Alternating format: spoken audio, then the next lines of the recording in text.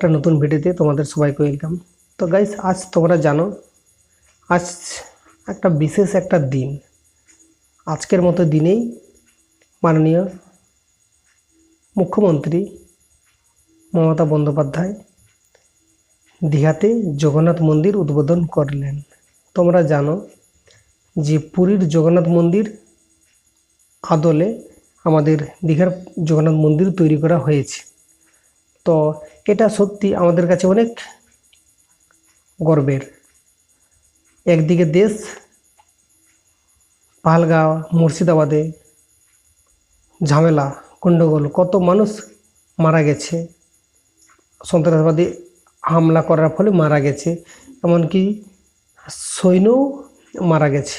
যারা মিলিটারি বর্ডারে যারা থাকে তারাও এমনকি তারাও ব্যর্থ। এখনও দমন পুরোপুরি সম্ভব হয়নি, বাট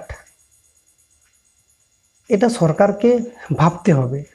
সরকার যদি পদক্ষেপ না নেয় তো দমন করা পসিবল নয়। তো সরকার দমন কিভাবে করবে এটা সরকারের উপরে ডিপেন্ড করবে।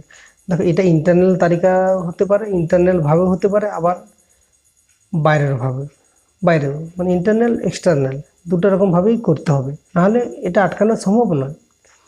দেখো, আর একটা কথা, তুমি হয়তো এই কান্ট্রি থেকে হয়তো দেখা যাবে তুমি হয়তো বেশি পরিমাণে জল ছেড়ে দাও, সিন্ধু নদীর জল, কিংবা ওদের দেশে যে জলটা গেছে ওই জলটা যদি বেশি পরিমাণে ছেড়ে দাও, আন্তর্জাতিক রাজনীতিতে কি বলবে?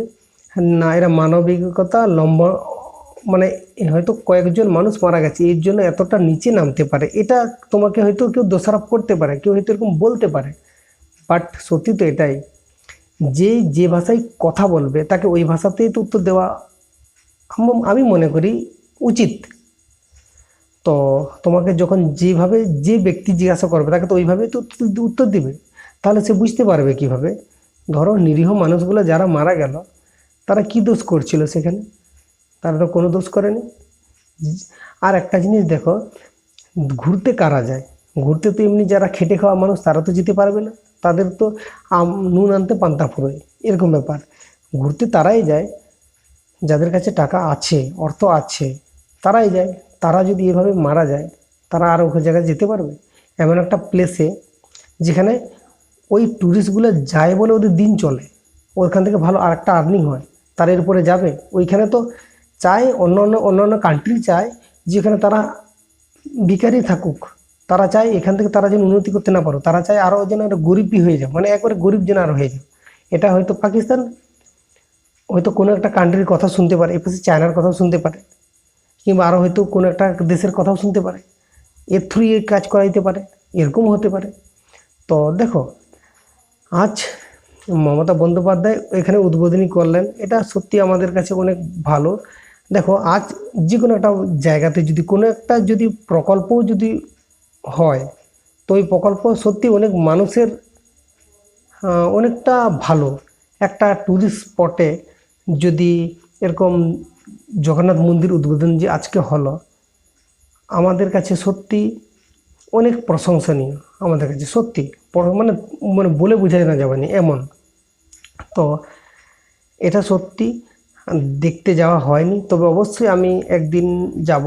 যখন যাব অবশ্যই তোমাদেরকে বলবো, মন্দিরও দেখাবো। এখন আমি যাইনি, জাস্ট আমি এটা বলতে চাই। তো একসঙ্গে দীঘাও ভ্রমণ হলো, একসঙ্গে যতগুলো টুরিস্ট স্পট আছে ওখানে পূর্ব মেদিনীপুরে দীঘাও ভ্রমণ হবে, এমনকি জগন্নাথ মন্দিরও দেখা হলো। এরকমভাবেই তো চিন্তাভাবনা সরকার করে। এখানে চিন্তা করার কারণ কি?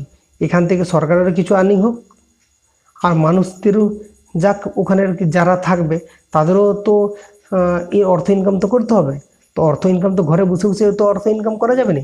ধরো আজকে আমাদের এই জায়গাটায়, ধরো পশ্চিম মেদিনীপুর এলাকায় সেরকম ট্যুরিস্ট স্পট নেই, আছে কিন্তু সেরকম নেই। যদি এখানে যদি বড় বড় ট্যুরিস্ট স্পট থাকে, তাহলে ওখানে যারা ব্যক্তি আছে, লোকালিটি যারা থাকবে, এখানে যারা ব্যবসা করে তা খেতে পারবে, কোনো না কোনো করে তো খেতে পারবে, ভালো একটা পরিমাণে অর্থ তো ইনকাম করতে পারবে। ওরকমই ওখান থেকে অর্থ যদি ইনকাম হয়, এখান থেকে অর্থ ইনকাম হলে সরকারেরও তো কিছু লাভ হবে, নাহলে সরকার এমনি এমনি টাকা ফাঁসাতে যাবে কেন? কথা হচ্ছে এটাই।